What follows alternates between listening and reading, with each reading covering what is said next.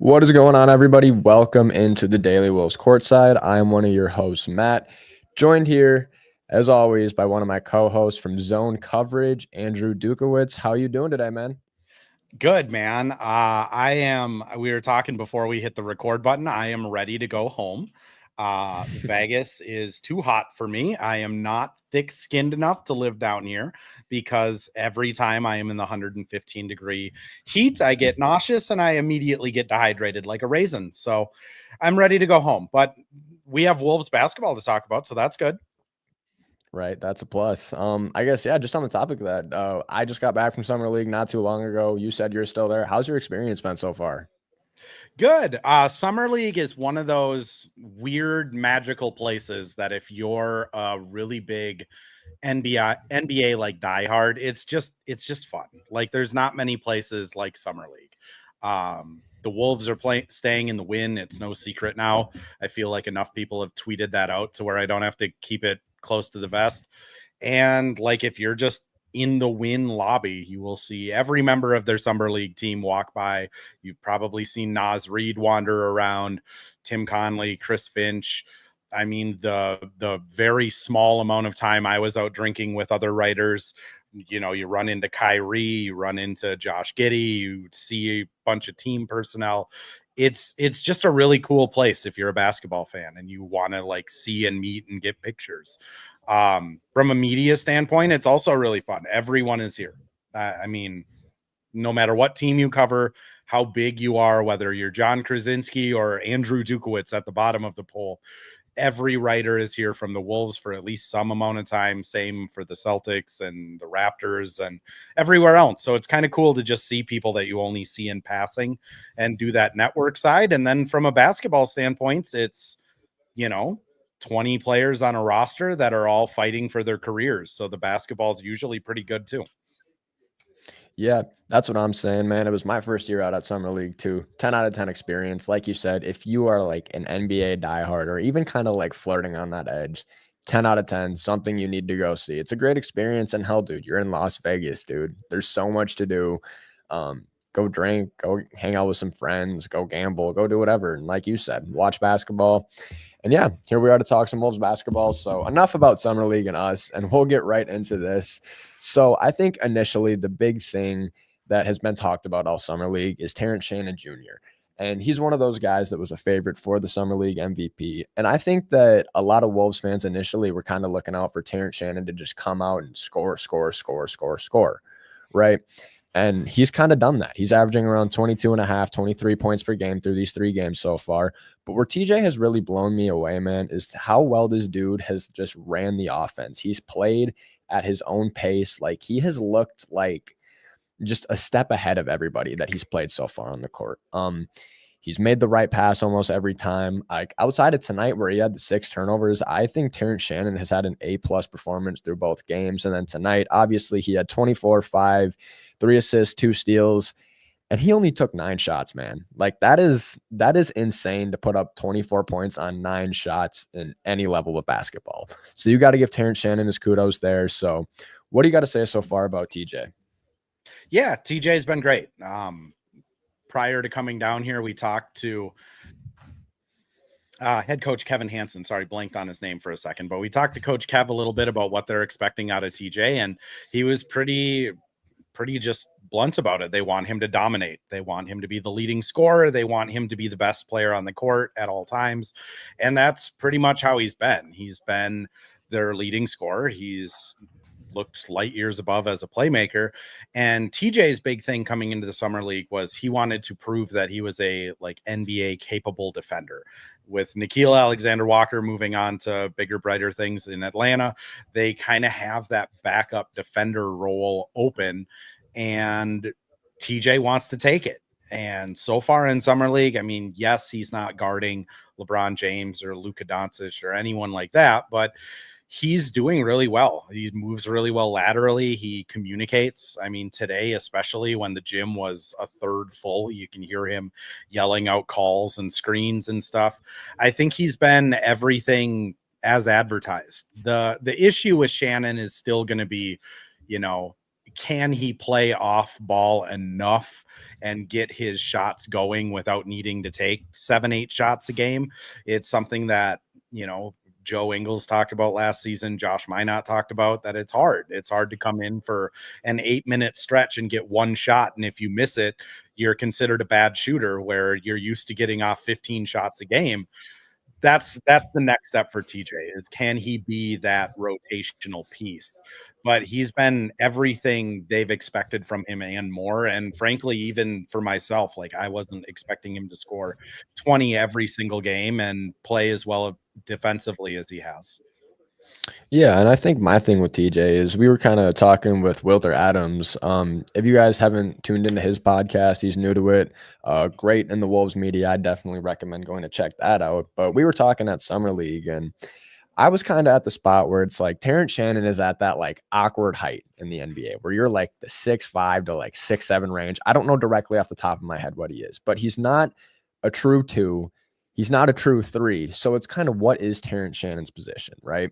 And the thing that I was looking for TJ going into Summer League was how well he play makes, just his court IQ. And like I already touched on it, I thought it's blown me away. I've thought it's been fantastic in all 3 games. And it you kind of start to think a little bit, right? You're talking about, oh, the Wolves need a ball handler. Mike Conley's getting old. Rob Dillingham still seems like he needs to work on the turnovers. Could we possibly throw Terrence Shannon in as a rotational 1 or as a rotational 2?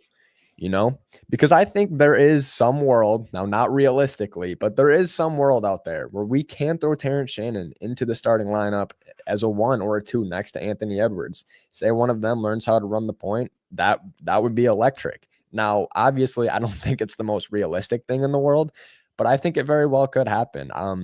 I know that TJ hasn't been playing against, like you said, the all NBA caliber players. He hasn't had to go up against an Amen Thompson. He hasn't had to go up against a Dyson Daniels.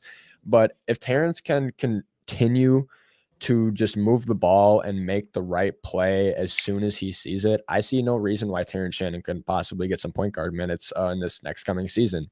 Because I think it's pretty safe to say that TJ is 100% a lock in the rotation next year, whether that's the 7th, 8th man.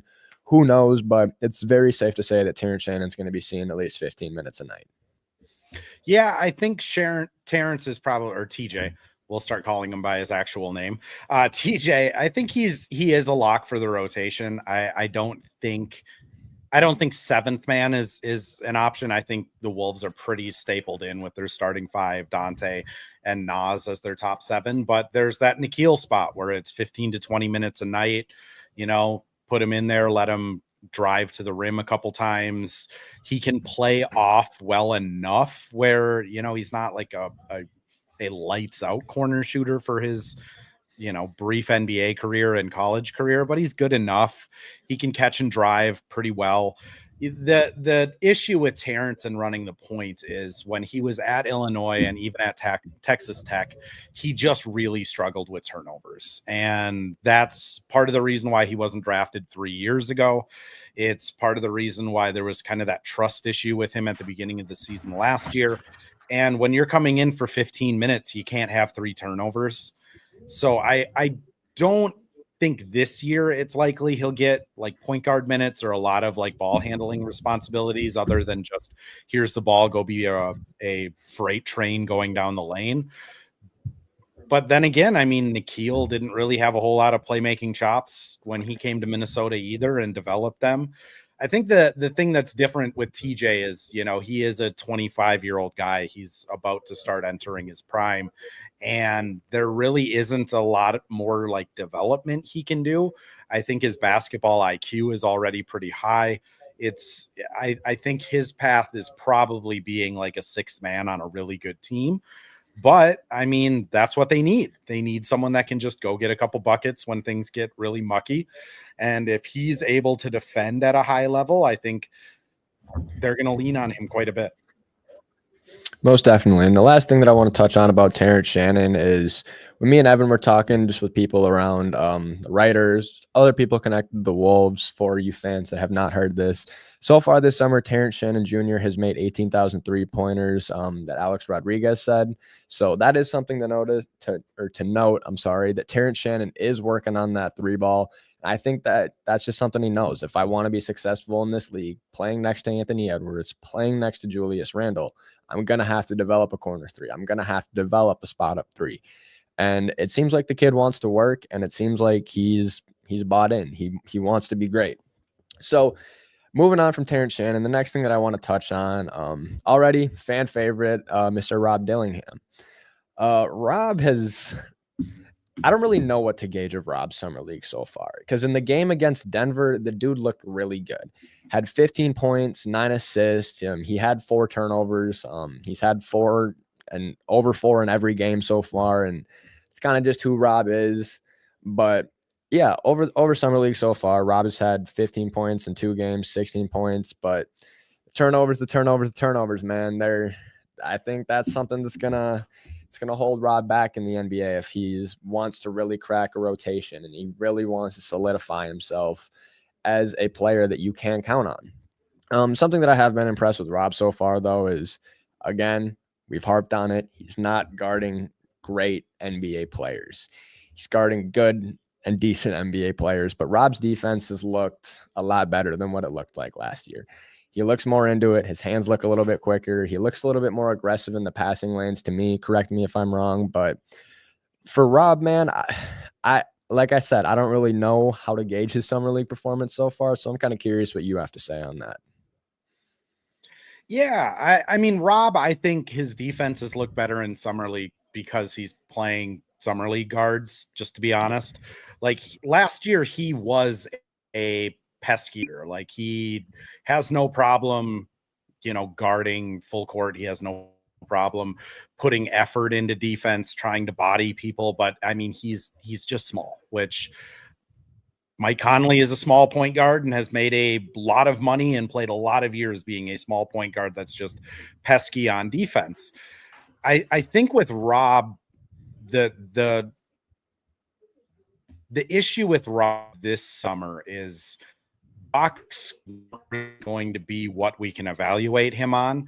He needed to be able to show like a command of the offense, whether that's getting the ball past a full court press like you saw today in Detroit, and then setting up the initial offense, whether it's like a dribble handoff and then wheeling back around to get it on a second touch, or whether it's a straight line drive or whatever the play call be. Like they needed to see Rob do that. And at least to me, and I'm not on the coaching staff, thankfully, but at least to me, it doesn't seem like he's been able to do that more than a handful of times every game. He's been a turnover machine, which he is just 20. And I talked to Kevin and Rob after the game and was just like, how difficult is it to go from being a backup point guard in college in 1 year and now you're learning NBA point guard schemes. I mean, it's not like it was in the early 2000s where it's just drop the ball into the paint, spread it out, give a lob pass. Like there are now, different situations versus him driving up the ball. If he sees a 3-2 zone, the play changes based off of the zone. If the big drops in further on a cut, the play call changes based on that cut. It's complicated now. And when you're not used to doing that, which this is a problem that we've seen with Kentucky guards for a while. I mean, John Wall came in, struggled his first couple seasons getting a full command of the offense. Jamal Murray struggle. I mean, it's just kind of now a track record of they don't run an NBA offense at Kentucky. All of that is to say, like, if you were hoping that Rob is going to come into this season and be a 35-minute a game player, at least off of Summer League, I think that expectation needs to change quite a bit. He really looks like he's just uncomfortable running an offense. Now, when things break down and he's able to do his ISO ball and pull up for a jumper or in transition or just a straight pick and roll with Johan, like he looks awesome. So I don't think he's like, don't play him ever. But the turnovers are tough. And then just the amount of times that you can just kind of tell he's not doing what he's supposed to is also rough. Again, he's 20. I think what is tough for the Wolves is the only way you really get truly better at that is game minutes. I mean, at this Yep. point, he knows the play calls, he knows where people are supposed to be. It's just getting used to the NBA speed, getting used to, you know, NBA size, getting used to like every window he's been passing in his entire life is now half the size because there's elite athletes everywhere. So how do you get that experience on a team that's looking to win 55 to 60 games this year? It's going to be tough for Rob. That being said, it sounds like they are still going to give him a crack at that backup point guard spot. I haven't heard anything other than it's Rob's opportunity. There are certainly things that you can be encouraged by through summer league, but it it it really to me just kind of reminds me of when he got minutes last year. He just looks like things are moving way too fast in his head. So however you get to that proverbial, you know, slowing the game down, that's what he needs to get to before he's probably a realistic, successful backup. Yeah, that was kind of my big thing too. And I think the one, I shouldn't say one sliver of hope, but the big sliver of hope that I have with Rob is playing with Anthony Edwards. That dude just commands so much attention, right? So I'm kind of thinking, if Rob can just become an elite knockdown shooter, be like that quick, shifty guard. I'm trying to think of like a 1-2 that's not a true point guard. Nothing's coming to my head, but we'll say hypothetically, if things pan out how the Suns want to, like a Devin Booker and a Jalen Green, like something along those lines. Like obviously, Rob's not the athlete. Jalen Green is completely different play style, but just two guys that can go get you a bucket, And the other knack that or not knack, but weird position that Rob is in. Like you said, we've touched on it time and time again, is the turnovers. Julius Randle and Anthony Edwards are both very high turnover players because they're both very high usage players.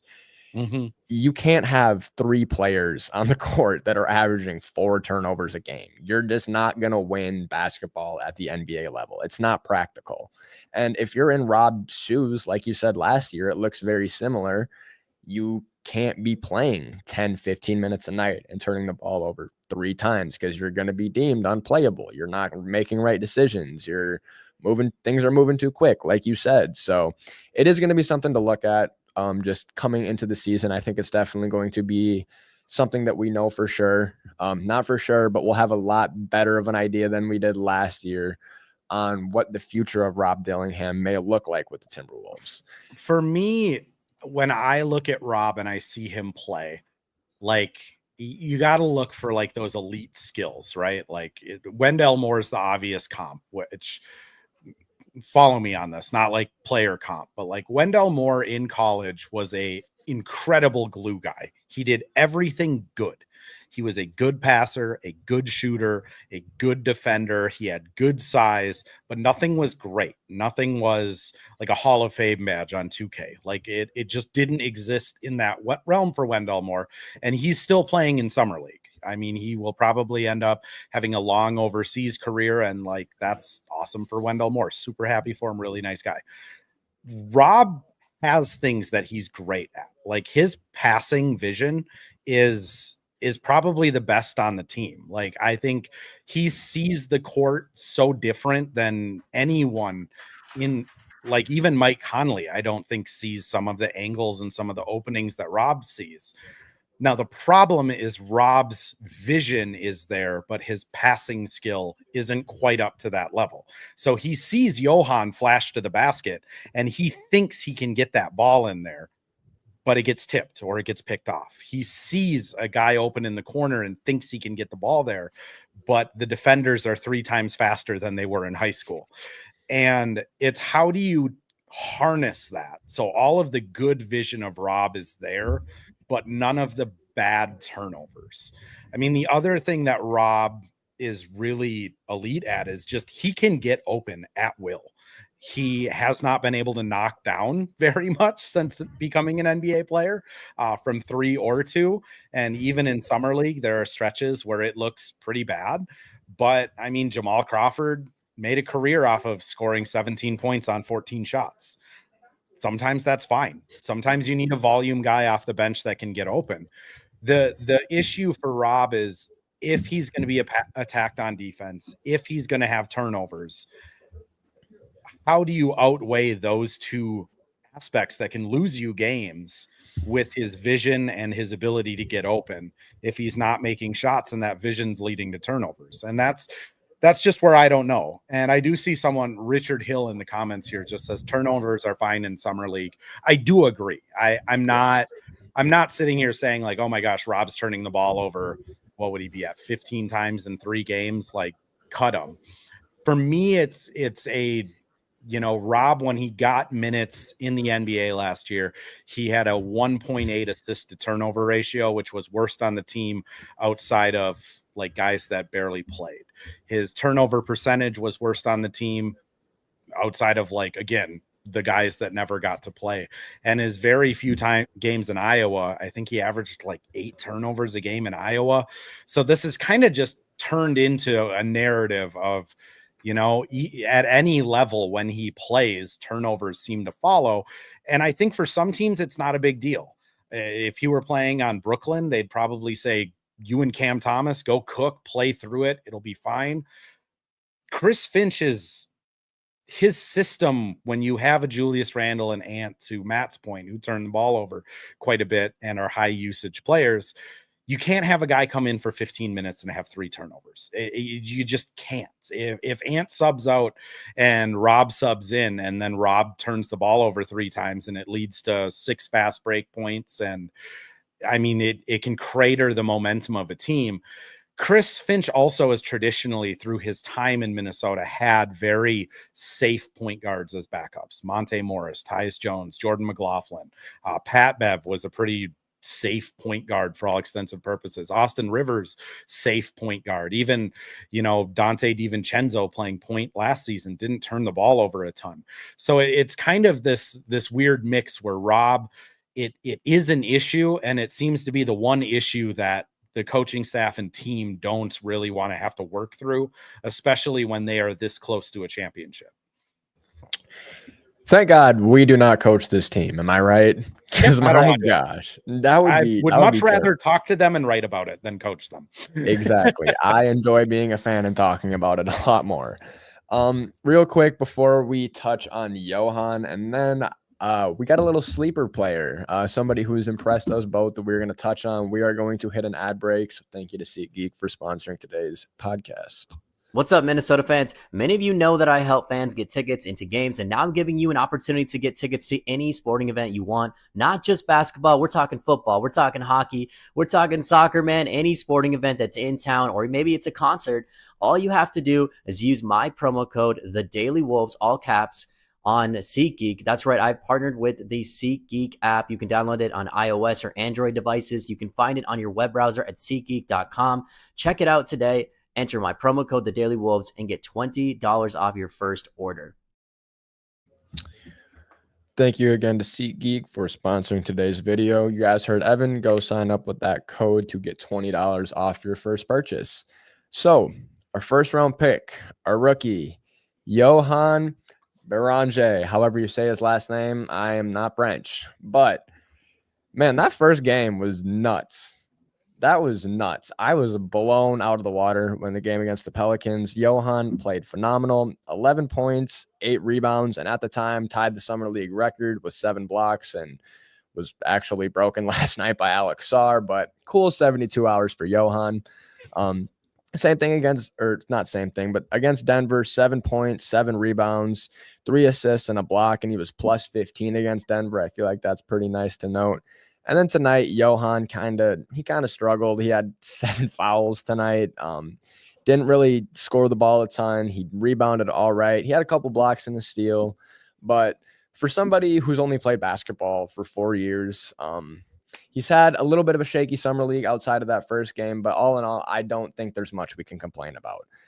He's really played basketball only for 4 years, and the only thing that I hear about Johan is he just continues to impress at one level and then the next and then the next, and that's super promising to hear. It's something that you look forward to.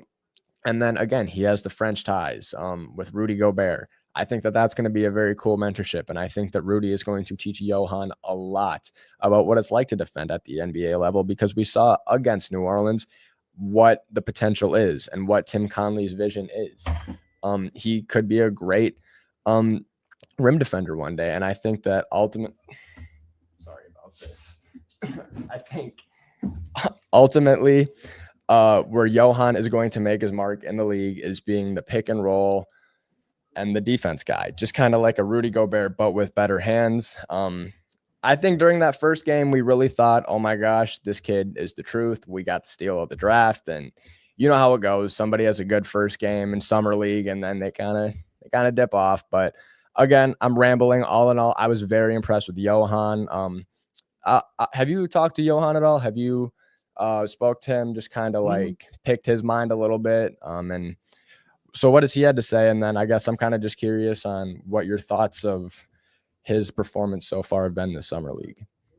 Yeah, I've gotten to talk to Johan, oh gosh, 3 or 4 times now. He's a good kid, but at the end of the day, like, he is 18 years old. And I think we're going to be dealing middle of the season with a similar narrative to the Rob Dillingham one we had last season, where a lot of people are going to be calling for Johan to start playing.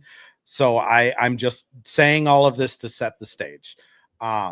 He does not know a lot of English. Like, if you're talking to him in like a one-on-one setting and you speak slowly and he can kind of give him time to process what you say, like, he's able to answer. And he's a very like bright kid. He's a very like funny. He makes like really dry kind of jokes once in a while. I asked him what he does for fun, and he was like, pretty much just basketball. And like, that's what you want out of your 19-year-old like rookie or 18-year-old rookie. I say that though, because it's been brought up a few times by the coaching staff and by other players that when he is on the court, there's a pretty big language barrier. Like, he doesn't, when people are kind of yelling at him in passing and there's voices coming from all over. I mean, the kid learned how to speak English like 8 months ago from a bunch of Serbian guys. Like, it's not natural for him. So there has been quite a few issues with him just not really being able to understand what a play call is or where he's supposed to be. The good thing with that is that will get better as time goes on. And like with any language, if you just get dropped in a foreign country, it's going to be hard. So that will take time, though. The other thing is, he is as raw of a basketball player as you can get. I mean, one of the coaches was explaining to me that when they were going over like defensive schemes with him, he didn't know what gaps were. He didn't know like where certain rotations were supposed to be. Like, another coach told me that he's just getting by off of sheer athleticism right now. And the dude can jump out of the gym. He has great instincts to like have his hands in certain places. Unfortunately, he just doesn't know a lot of basketball. And that means it's going to take time. When you're taking a 18-year-old that doesn't know the language, you're going to have to teach him the language first. And then after he learns the language, you're going to have to teach him the entire scheme that the Wolves run. And that's hard. I would be honestly shocked if he gets more than just garbage time minutes this season, because he is that raw. He doesn't know like offensive play calls or schemes or where he's supposed to go. He knows how to set a pick and roll to the basket, and he just naturally understands spacing. Another coach was pretty impressed that he just knows how to go to certain spots on the floor where, like, even though he hasn't played a lot of basketball, he knows that no one else will be there, so he can help space. He has good hands. He's a freak athlete. He can shoot a mid-range. He hasn't been hitting free throws, but like, his shot looks good. I think he is going to be 2 years, 3 years from now, a really good, valuable rotation piece. But it's going to be a project, because the things that he needs to learn aren't like where Rob needs to learn how to slow his brain down and get reps. Johan needs to learn how to play basketball and how to be a professional and how to like impact the game and stand in the right spots, which is great that he has Rudy, because he basically has like the world's best translator for post defense. Literally. I think that's going to be huge for him. The other thing that's like really going to be nice for him is he doesn't have to worry about getting into games. I think he'll be in Iowa off and on quite a bit this year, and that's live reps that aren't really going to matter. And when he's up with the main roster, he's going to be able to get coaching from Rudy Gobert or Kevin Hansen, and Chris Finch is like a very good defensive like scheme mind. It's going to be okay for him in the long run, but this season I would be relatively surprised if he's getting anything more than garbage minutes. And it's when the Wolves picked Johan, they picked him based off of potential. I mean, that guy is very quick. He has awesome footwork, and he has gotten to be what did they draft? 18th? I've already forgot. He was the 18th pick. 17th, 18th, 17th. Yeah. He got to be the 17th pick in the NBA draft off of nothing other than instincts and athleticism. Sky's the limit. When you put it that way, that's wild. Like, sky's the limit for that guy. It'll probably be a core memory of mine, Kevin Hansen sitting there going, he doesn't even know what gap coverages are. So like, we got a ways to go. And it's like, oh, he doesn't like understand it, like language barrier. No, he doesn't know. Dude. Okay. Wow. When he figures that out, it's going to elevate a little bit. Dude, no kidding. Like, that's so crazy to think about, an NBA player that was drafted right outside of the lottery that doesn't know what a damn gap is, dude. I learned that when I was in middle school. He played sophomore season basketball in high school, junior basketball in high school, and then played for a Slovenian team like his senior year in high school. So like, he got the bare minimum, I'm assuming, in France, and then he went to Serbia where he doesn't speak Serbian. So he was trying to learn English to communicate with his teammates. And like, I can't even imagine how hard it would be to communicate with a bunch of Slovenians by using a third language that nobody knows. Dude, yeah, that is nuts. And he's here. That's what's crazy. He's here. He made it to the NBA despite all of that. So like, if they can develop him and if his mind can kind of catch up to his already like natural instincts, I mean, you could be talking about like Rudy Gobert 2 years from now, kind of phasing out, and Johan is not that far of a step down. I think that is the hope if you're the Timberwolves, and that's obviously the hope if you're the fans, right? Like, a lot of people, myself included, I won't lie, a lot of you guys saw the video to my draft reaction. I wasn't puzzled. I was just kind of like, damn, I didn't do my homework. Who the hell is this guy? And then you see the highlights and the potential, and you're like, damn, like, I see the vision. Like, there's some players you kind of got to watch the tape a little bit to be like, oh, okay, like, I see the point. I see what the vision is here. But with Johan, like, within the first 15 clips, I was like, yep, I get it. I get it. So yeah, it'd be awesome to see him obviously learn English and learn the American basketball. And then after that, like you said, sky's the limit. I think it's a little bit easier to succeed as a big, especially when, like we've talked about, when you're elite at one or two things, it's a lot easier to succeed in the NBA versus a point guard where you have to run an offense. You have to do all these little things. But yeah, we're kind of getting a little bit long on time. So last thing that I want to touch on is Mr. Amari Bailey. I have been a big Amari Bailey fan since I have been like 14, 15 years old when he was playing at Sierra Canyon. And before that, I thought Amari Bailey was going to be the truth when I was a little kid. And now here we are watching him play on my summer league team. And I've just been blown away by Amari Bailey. To be quite frank with you, I don't think he necessarily had a ton of expectations from fans, not necessarily from the media, but if he was somebody you didn't know and you're watching Summer League, you now know who Amari Bailey is. The dude has just gone above and beyond. He's shot the ball well. He defended not perfectly, but amazingly tonight. He was guarding Ron Holland too, who is an NBA rotational player, and I think is right up there with Terrence Shannon, and who's been the best player in Summer League so far.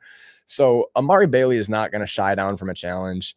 And he's passed the ball well. He's rebounded well. He's just one of those guys, like you were talking about, Wendell Moore. He's really, really good at everything, but he's just not elite at that one thing. So he's kind of just like a two-way G League, Summer League guy who can play, But with how Amari's performance has been, it's definitely turned some heads a little bit. And I know that we have a roster that is full, but I wouldn't be surprised to see Amari stick around possibly in Iowa. Obviously, assuming he doesn't get another contract in some other NBA team, which would be cool to see. I would love to see Amari Bailey get some NBA minutes. But this kind of leads into my other question. So where Jalen Clark is in this rotation, he was getting regular season minutes last year. Kind of dipped off once he started being put in positions where he needed to make quick decisions. Mm-hmm. And that's kind of when a little bit of a decline in Jalen Clark's minutes came out. And outside of defense, Jalen Clark has just flat out struggled on the offensive side of the ball, shooting. So far this summer league tonight, he was 2 for 7 against Denver, 2 for 9. And then against, New Orleans, 3 for 11 and 0 for 5 from 3. So, Jalen Clark, Amari Bailey, who knows, right? I just want to touch on him real quick. I'll pass the mic to you about Amari. Yeah, I mean, for people that are listening that don't kind of know Amari's pedigree, he was a top 10 recruit out of high school, won Mr. Basketball for his senior season for the state of California, went to UCLA, and kind of the wheels fell off. He turned the ball over like crazy. I think he had essentially a very close to 2 turnovers to 1 assist ratio in college. And his shot just fell off, and it caused him to go from being a projected lottery pick to the second round, got drafted by Charlotte, and the shot continued to fall off. He played in the G League for a year, couldn't hit a shot, got a 10-day with Brooklyn, couldn't hit a shot, got a summer league contract with LA last year, the Clippers, couldn't hit a shot. And then he ended up finding himself in Iowa for the last 10 games of last season. And he's kind of morphed his game a little bit. He's not so reliant on hitting shots, and he's kind of turning into more of like a combo guard that can create a little bit. He's a weird kind of tweener size. He's about 6'2". I think they have him listed at 6'3", probably 6'2" without shoes, I would imagine. And he's actually credited Mike Conley quite a bit for watching film on Mike last year, being an undersized guard and how to see the floor and cut down on turnovers. And in the G League, he had a pretty good assisted turnover ratio, and he still wasn't hitting shots, but it was good enough to where the Wolves extended a summer league offer and kind of guaranteed that he'd get minutes. And he has been impressive. He has a really good quick first step. He sees the game well. He plays good defense. The interesting thing with the Wolves is they have a full roster, quote unquote, but they also don't. Tristan Newton hasn't signed his qualifying offer for a 2-way contract yet. From what I hear is he wants like an actual NBA contract and is hoping to get one through Summer League. So that leaves potentially a 2-way contract open. The Wolves also have 2 roster spots fully guaranteed open. And we've seen the Wolves in the past, whether it's, Jalen Noel, Naz Reid, Jordan McLaughlin, give these kind of 1+1. Here's 1 year with a team option to just get a guy in the building and see what happens. That might be an opportunity for Amari if he plays good the rest of Summer League. I mean, from what I hear is he's a great guy working in the gym. I got to talk to him a little bit on Monday. Seems like a really good guy, or not Monday, on Sunday. Seems like a really good guy. Says all the right things, like is acutely aware that he needs to start hitting shots. Like his path to the NBA is he needs to just make shots. Like he's not good enough at anything else. He needs to be a shooter in some capacity. The other person that I've been kind of on for a while in their summer league is they have a Irish point guard called CJ Fulton. Played 5 years, or finished his college career at Charleston, had a 6-to-1 assisted turnover ratio. And unprompted, when I asked Amari Bailey, who's impressed you the most, he's like, CJ Fulton has. I love his game. Kevin Hansen, the Irish kid, love his game. Nogel, the Irish guy, love his game. He has not played a minute yet, but every time I kind of see him on the bench, he's one of those guys that's always standing up, cheering his teammates on. Every time I see him in practice, he is quite literally the last guy to get off the practice court when they're screaming at everyone saying the buses are going to leave. CJ is still out there doing dribble drills until the very last second. He just seems like a Finch guy. So I do think there's a world where, Amari gets a 1-and-1 contract or a 2-way, and CJ's on the Iowa team, or vice versa, where they decide, hey, let's keep this guy around. He seems to be a good chemistry guy, can play a little bit, and Amari's back in Iowa. But both of those guys, I mean, this Wolves team, what's really kind of separated them from past years is they have like a lot of NBA players on They do. this roster. I mean, arguably all 10 people they've been marching out in their rotation are NBA players that are going to be on a team somewhere, whether it's the Wolves or not. Yeah. NBA Summer League, man. What a time. Great to have basketball back on. Love watching the Wolves again. I'm really excited for next season. After talking about this, definitely picking my brain a little bit about these last roster spots. So I'm definitely going to be thinking about that tonight. But yeah, we're pushing over 40 minutes. So I'm going to let you go. A little bit longer than I thought we were going to run. But as always, Andrew, it was great having you on, man. Great talking to you. Go follow his socials. Go check out his articles on zone coverage. And as always, guys, we will see you on our next live. Go Wolves.